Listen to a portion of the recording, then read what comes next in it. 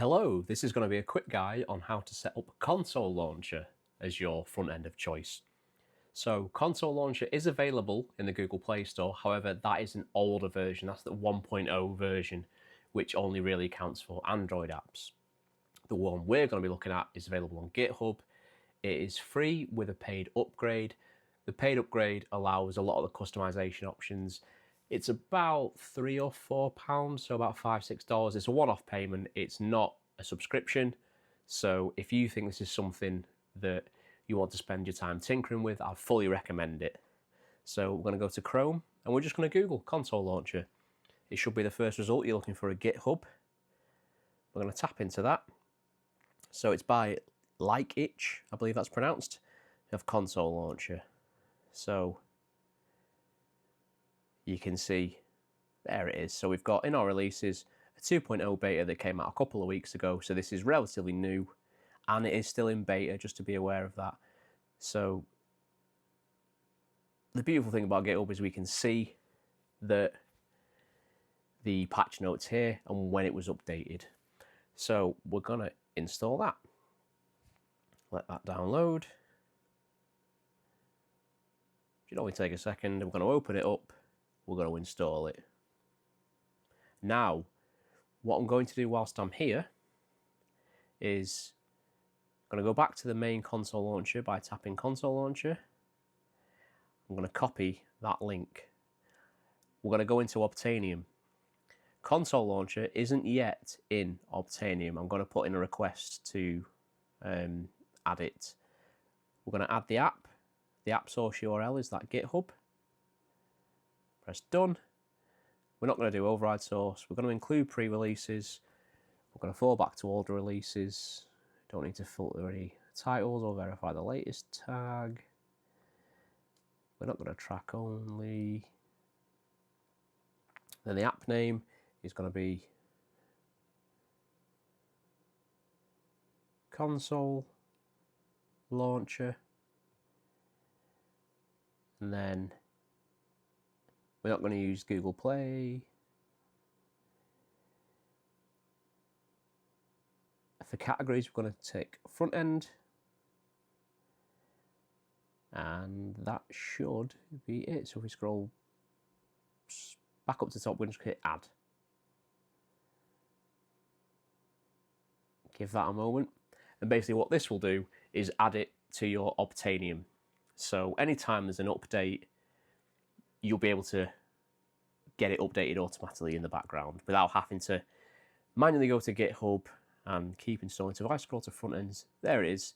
You'll see it there. I'll be sure to, the next time I go through, what I tend to do is I go through and I see what new apps are out there. If there's any I think will be relevant for RJNY's emulation pack, I'll submit a pull request, I'll fill out all the code for him, and then he usually merges it, or he'll ask me to fix some things like he's done when I've broken them.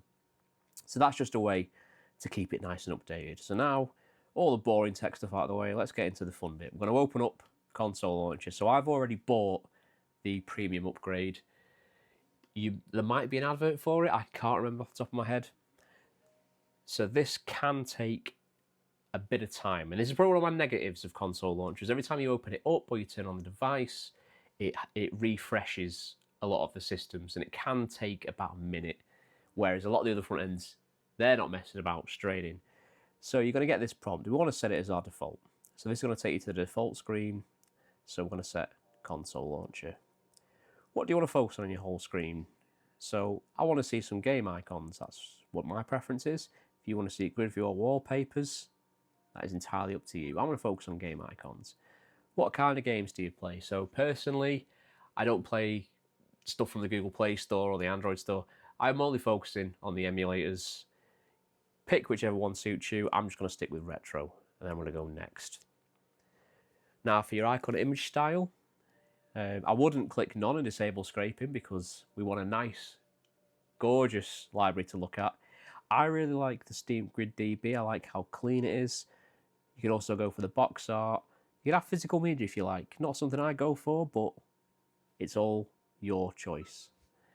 So next we're going to select our ROM folder. We're going to tap this. We're going to add the path. We're going to go back and we'll find our ROMs folder.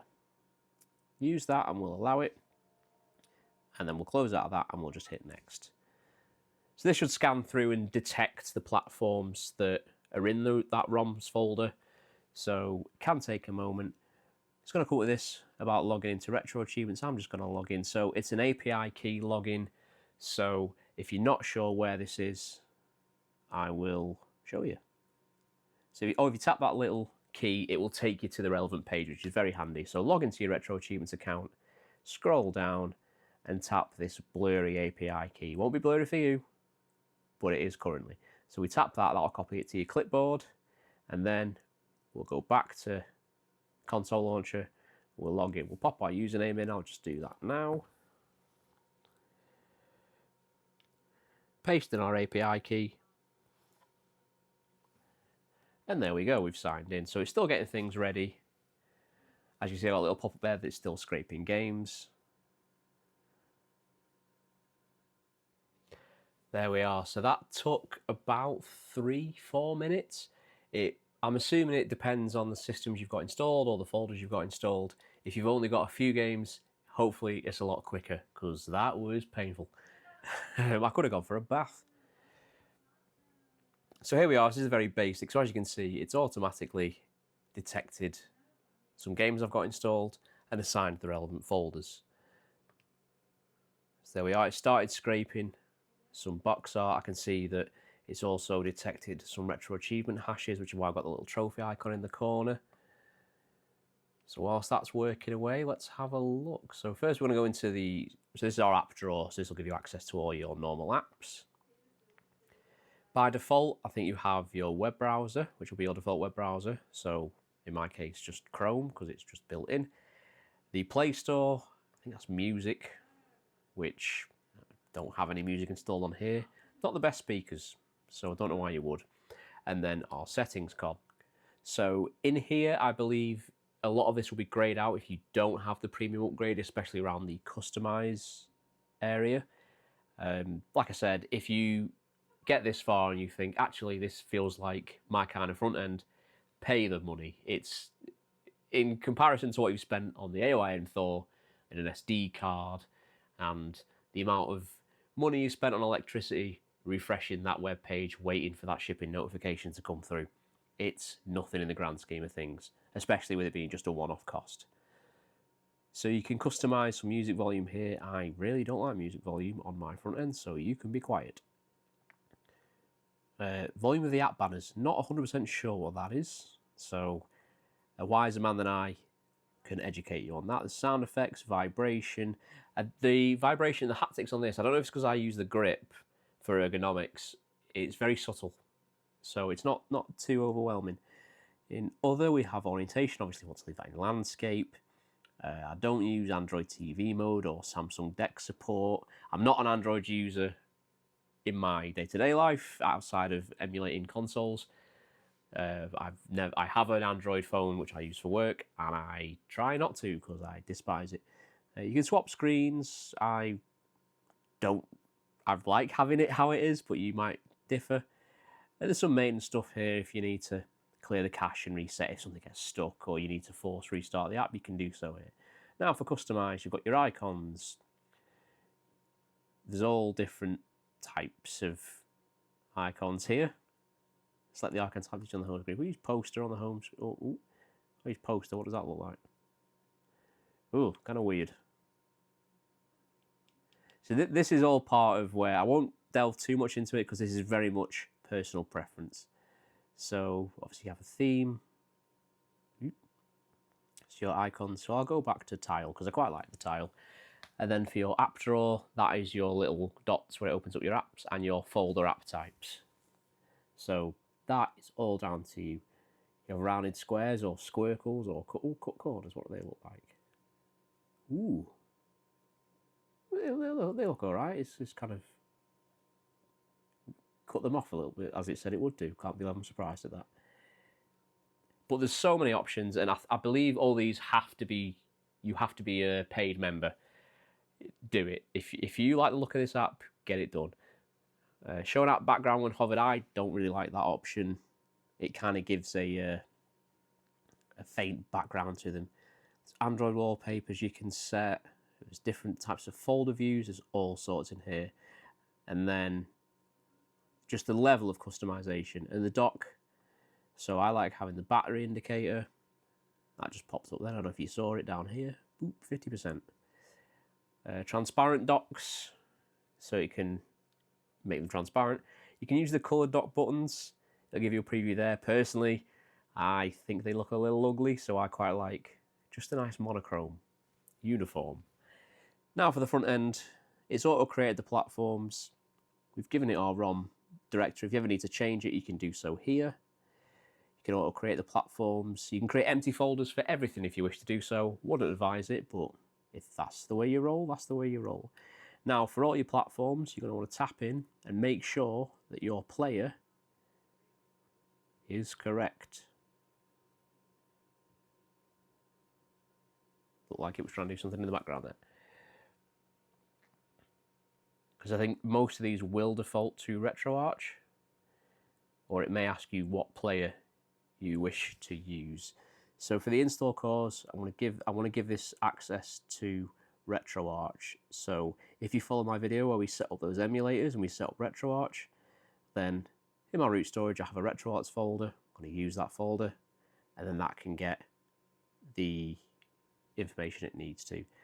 Then for our accounts, some of these are still not ready for us to test yet. So you'll get a little pop-up for online backups. You know, it says sign in, but I can't. So obviously retro achievements, if you didn't sign in as part of the setup process, you can do so there. Discord rich presence.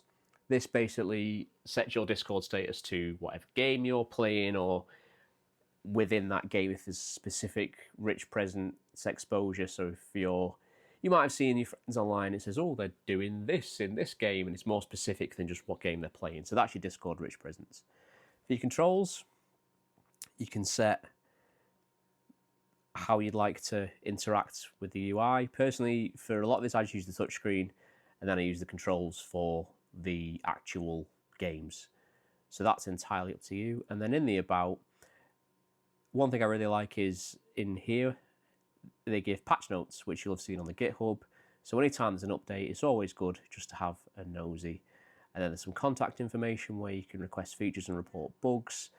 There's some licensing stuff there. There's credits. So thanks, Kyle. Thanks, Mr. Xblocks, and all you guys who've made these things possible. And that is basically it for a lot of the setup. So what I'm going to do, just as a tester, is I'm going to try and boot a game. So let's try and boot Nightfire. So what it's going to do is the first time you boot a game, it's going to ask you for the player. So if you give it access to RetroArch, you'll get this kind of yellow X, which means we think you might have it, but we're not sure. So I know I've got NGBA, so I'm going to do that. It says you can install the core, which you can do through here if you wish to change it. It has given me an error there. It's probably because I've already got that core. So if I just use MGBA, and then, or if I use VBA next, let's try that, see if that works. Okay, so it's not letting me install the cores. So this might be something I have to review.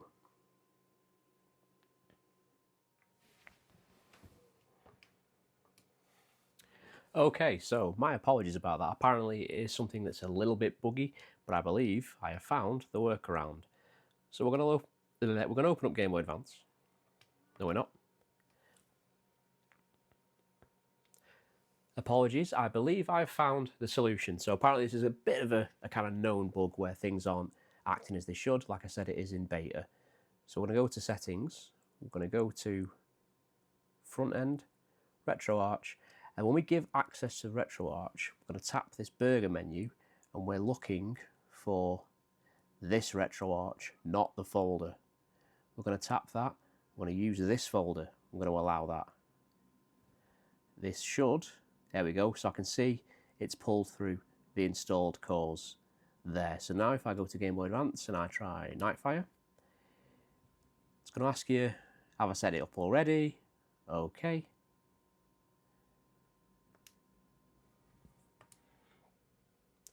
Turn on display on screen 2. We'll try on screen 2. So that's one thing I like about this is you can select the screen that you want the game to boot on. So if you're playing classic Game Boy games where you want them in a 4:3 aspect ratio, they tend to look a little bit better down here. And also if you want to have YouTube or Plex or Netflix, whatever video playing, or you want to play 2 games at the same time, Godspeed. So there we are. So that's for the RetroArch games. Now for if we use something like a normal PlayStation game, I'm gonna back out of that. There we go. Just press the home button. I'll try Nightfire on the PS2. Ooh. So again, it's going to ask, it's the first time, OK. So it should find Nether SX2, which I've got installed. We'll do this on the internal display. I don't actually know if there's a way to default to which console opens on which screen. If there is, great, I've just missed it. If there isn't, maybe someone can, who's in the Discord, might want to suggest that as a feature. Be pretty handy. So there we are. So, all in all, that is Console Launcher. Again, this is a very basic version of it. I'm sure yours will look infinitely better than mine, but I'm a tech man. I'm not an artist. So there we are. If this helped you out, I'd appreciate a like and a subscribe. If you've got any questions or you want me to elaborate on something, please drop a comment, and I will see you next time.